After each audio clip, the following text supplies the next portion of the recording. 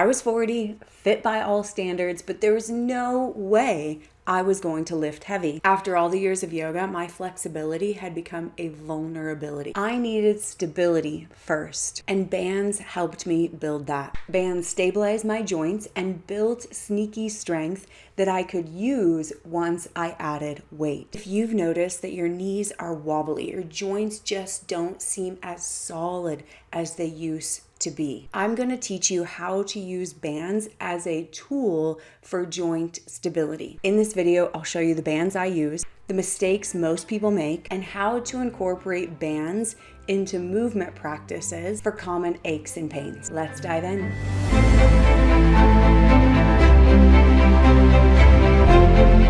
Bands are my favorite tool for building joint stability. They are safe and sustainable, especially if you're someone who prefers yoga and Pilates over traditional gym stuff. Bands are a perfect complement and will make those practices better. What I'm going to show you will allow you to create your own resistance band workout at home. You'll have the tools to make it interesting and invigorating, no boring PT stuff, and it will still be safe and sustainable. For women over 40, there's a natural decline in estrogen, and this means a decline in muscle mass and collagen. So your joints naturally become looser, less stable, more prone to aches and pains. Resistance bands are an easy and effective way to build strength and stability around your joints. And even if you do or begin lifting weights, bands are a way to make your joints smarter. They activate all the stabilizers. The ligaments and tendons become smarter, because muscle develops faster than connective tissue, ligaments and tendons. So often there's this lag time when we're gaining strength in our muscles and we need more stability in our joints. We need them to catch up, and bands do that. So I began using bands on my yoga mat, then hand weights, then I went into the gym. I still use the bands and the work at home to complement what I do in the gym and my traditional yoga asana practice. I love this combination. It really speaks to different elements of my body, because one of the things no one talks about is how to progress in your strength training journey. Especially when you're just beginning, the headlines to lift and lift heavy can be really intimidating. But even the gold standard studies on lifting heavy, the participants begin with body weight and stability, and they are only lifting heavy to the degree they have good alignment. Bands teach your body stability, and they teach you good alignment. Let me give you an example of how bands helped me. A few years ago, I hiked South Sister. It's this crazy climb to a summit with my dad, my brother, my then boyfriend, now husband, and one of my best friends. I did pretty good on the ascent. It's very, very steep for about 6 miles, but coming down was a different story. You're constantly twisting, and I felt my left knee torquing more and more as we went farther and farther. The next day, my left knee was swollen, tight. I felt super limited, but I was also a little bit scared because my sisters had 2 knee surgeries. My mom has had many. Not good knees just tend to run in my family. But I've practiced yoga therapeutics for over 20 years, and if there's anything that's taught me, it's that there's always something to do to improve the state of your body. So I started using bands on my thighs and doing knee tracking exercises. At first, my left knee was wobbly and wiggly, but as I got the muscles online and balanced, the rhythm of my movement became smooth. My left knee started tracking again, and then it quickly resolved itself.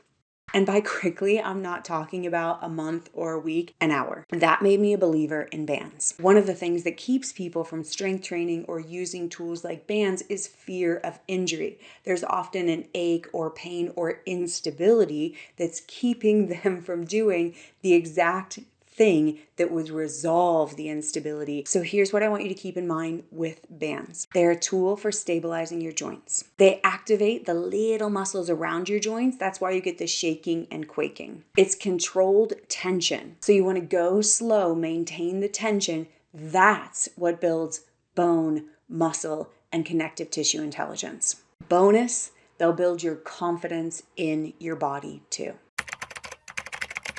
Now, you may have tried bands in PT and it was super boring. PT is used to address specific and acute challenges. Great, for specific and acute challenges, difficult to maintain over the long run. So the way I'm going to talk about bands and the practice that accompanies this podcast is about using bands in a way that creates whole body strength and connectivity. It's going to be in a flow. So it's something you can do regularly and you'll want to return to, because just like anything, it's consistency that moves the needle and gets you the results you want. Another thing that comes up with bands is under tensioning. Maybe you're in a class and you don't have the right weight, or you're going too fast, and then it feels like the bands don't work. They're just annoying. Another challenge is over tensioning. Maybe you have a band that's too heavy or the movement is too complex. And then instead of getting the joint stabilizing benefits, you just get tension in all the areas where you don't want it or need it, like your hip flexors, your groins, your lower back, your shoulders, or your neck. To solve that, here are the bands I recommend. I like the closed looped bands, the rubbery kind, and the fabric kind. The rubbery kind are great for when you're pushing or pulling, like in core exercises where the band is on your feet. I also like it for pulling exercises and on my forearms. I like the fabric resistance bands for my thighs and my shins and things like squats and bridges. Some of my students prefer the fabric on their forearms as well. How heavy? You want the resistance band firm enough that you can press out into it and you get like a hug. You get like a light tone, especially around your joints. Not so heavy that you're stressing and straining in superficial muscles like your lower back, your groins, your shoulders, or your neck.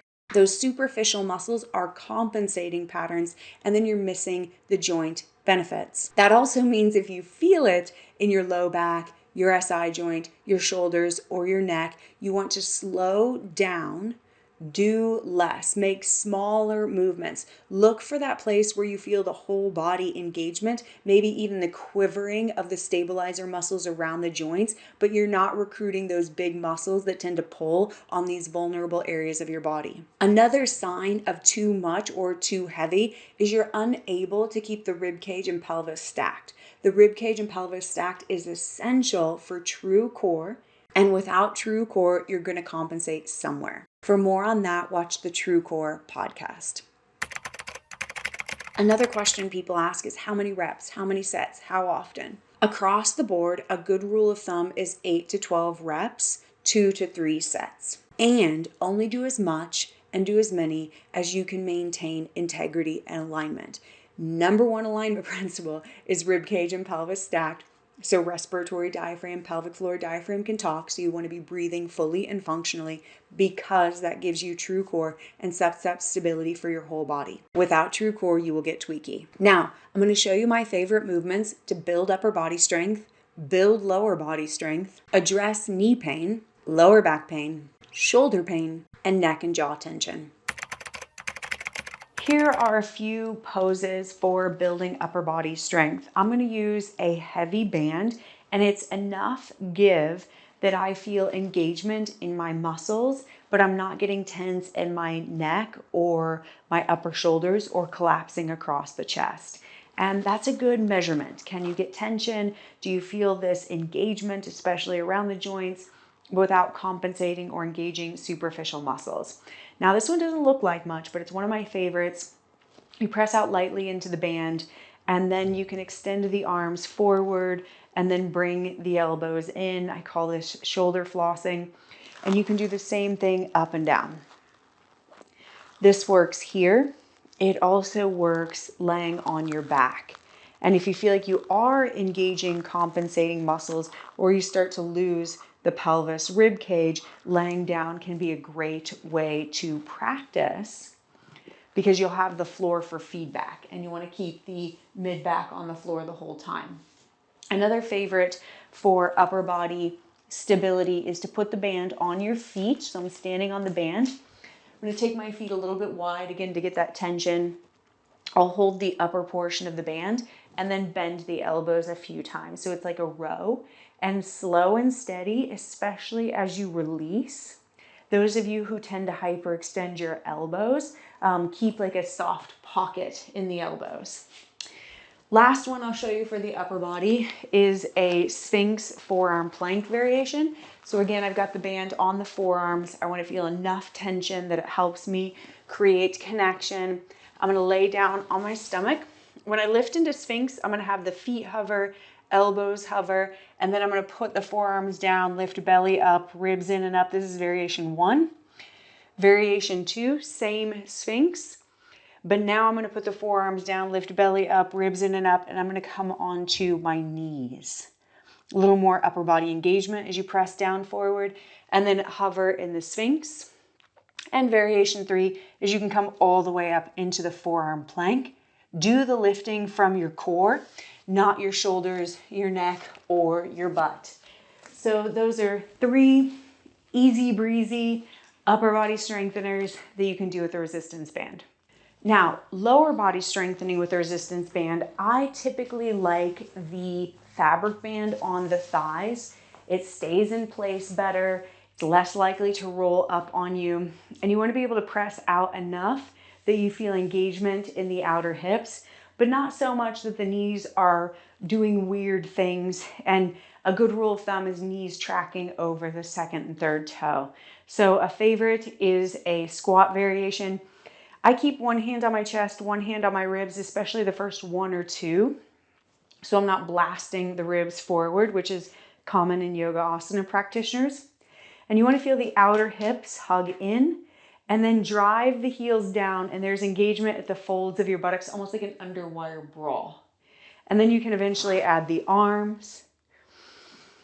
If adding the arms disconnects the rib cage and pelvis, a good variation is one hand in a fist, the other hand over that hand, and then you go from there. Another lower body strengthener with the bands is bridging with the band on your thighs, or bridging with the band on your shins. And you can do these heel tap variations that are very spicy. Great with bands because they don't let you move a lot, and then you get all the stabilizers going. Number 3 for the lower body with bands is a bird dog with the band on your feet. So I'm going to put it on my feet, set up on hands and knees, resist collapsing in your lower back, stretch one leg back, and then with a long, strong exhale, you lift up, and then inhale, lower a little or a lot. And you can do that 3 to 5 times. Those of you who hyperextend the knees, just keep that hollow pocket in the knee. And again, resist using the flexibility of your lower back. You'll miss the strength building that this can create for the hamstrings, but also the hip, glutes, and really stabilizing the SI joint and lower back. The knees tend to take on limitations from the hip and also imbalances in the feet. So these movements with the bands will help you tone the outer hips and reestablish balance in the feet. So movement number 1 is band on the feet, press out into the band, outer hips hug in, belly down, ribs in and down. You may even want to pedal the feet, but you're going to keep the feet even. Watch for any torque or turn in the feet, and you want to feel like this is powered by your breathing and your true core. Movement number 2 for the knees are clamshells. Resist rocking back with the pelvis. Some people prefer a fabric band here. I like the rubber band because I can have resistance all the way up and all the way down. And you may experiment with putting the band on your shins. I typically get more benefit by having the band on my thighs. Movement number 3 for the knees is using the band on the thighs. This is like what I did after the hike.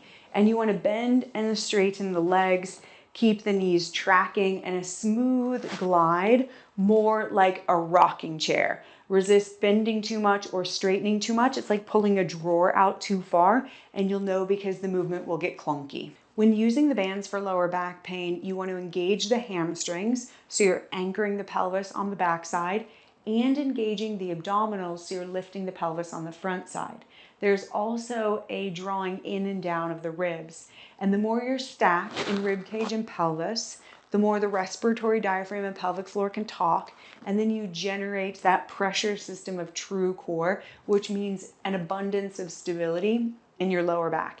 And this helps everything from lower back achiness to disc challenges to SI instability. With any type of low back stuff, you've got to get the deep core going. So band on feet will help the legs stay engaged. Press your hands into your thighs, thighs into your hands. Get that sense of a well pressurized core. And then from here, you're going to move the right leg away, just like we did with the knees. Inhale, draw in, and then you exhale, extend. And this is going to help you connect the core and the legs. And then similar but different, you're going to put the band on your forearms. This will help with the upper abdominals and serratus anterior, keeping the ribs in and down, knees up, shins up. Exhale, lift chest up, head up. Inhale, lower down. You want your head and neck to stay at the same angle as when they're on the block.